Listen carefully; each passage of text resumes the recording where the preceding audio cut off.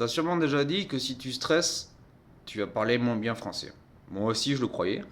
Et puis un jour, j'ai vu quelqu'un faire exactement l'inverse. Et c'est à ce moment-là que j'ai compris, c'est pas la pression qui fait tomber les mots, c'est le regard qu'on porte dessus. Je vais te raconter une histoire. Elle commence dans un café.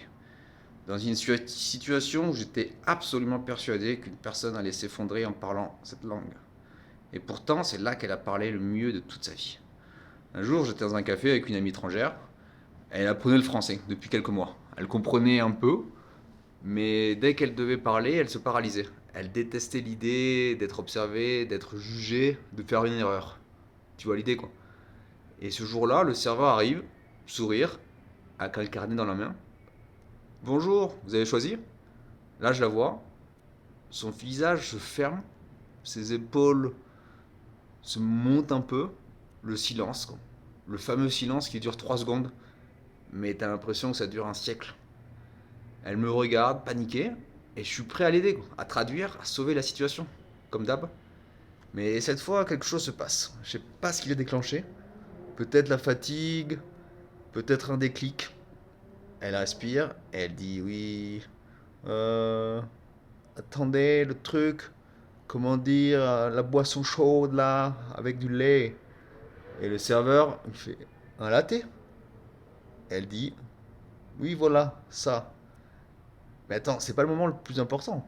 C'est pas le mot qu'elle a cherché. C'est pas le latte. C'est qu'elle a parlé sous pression, sous stress, avec des trous, avec de l'imperfection. Mais elle a continué, elle a avancé, elle a pas fui, elle a pas abandonné, et son cerveau a suivi. Et c'est ça que personne ne dit. Le cerveau, il aime l'urgence. Il se réveille, il devient instinctif. C'est à ce moment que tout tremble. Ce moment où tu sens que tu vas te tromper.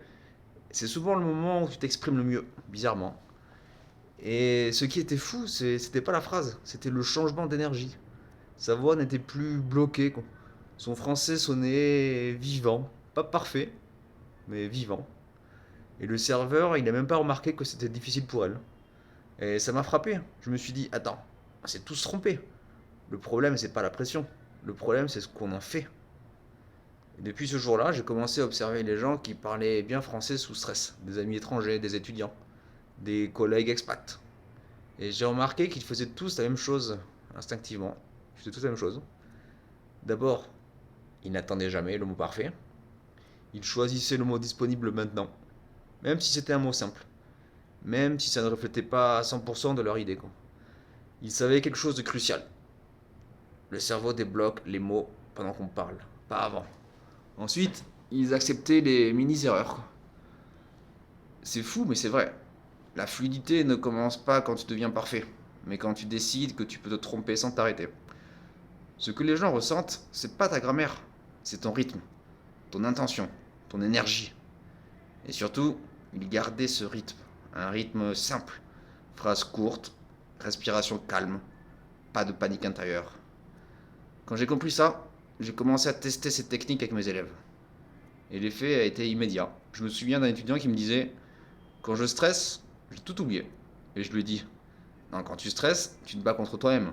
Tu perds ton énergie dans la lutte, pas dans le français. Alors un jour, je lui ai donné un exercice étrange. Tu sais ce que tu vas faire?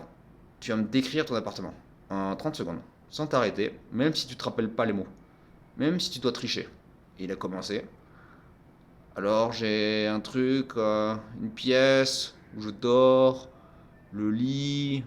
À côté, il y a une armoire pour mettre mes trucs, mes vêtements, quoi. Il cherchait ces mots, mais il continuait. Et quelque chose s'est passé. À la 7e seconde, son cerveau a arrêté de paniquer. Il a arrêté d'essayer d'être parfait. Il a juste parlé. Et c'est là que la magie opère. Parce que la pression, c'est pas seulement de la peur, c'est aussi de la clarté. Un genre distinct. Un mode où tu n'as plus le temps d'inventer des excuses. Tu dois avancer et ton cerveau adore ça. Tu sais d'où viennent les blocages? Du trop plein, d'intelligence. Tu réfléchis trop, tu veux la phrase parfaite, et la perfection te tue avant même que la phrase commence. Alors j'ai créé 3 outils très simples pour mes élèves que je vais te transmettre maintenant, parce qu'ils transforment vraiment la manière dont tu parles français sous pression. Le premier, c'est le mot parapluie. C'est un mot de secours le truc que tu sors quand ton cerveau coupe l'électricité au milieu de la phrase. Tu bloques, tu dis le truc, la chose, la personne, le moment, tu cherches tes mots, et tu continues, ça crée un pont.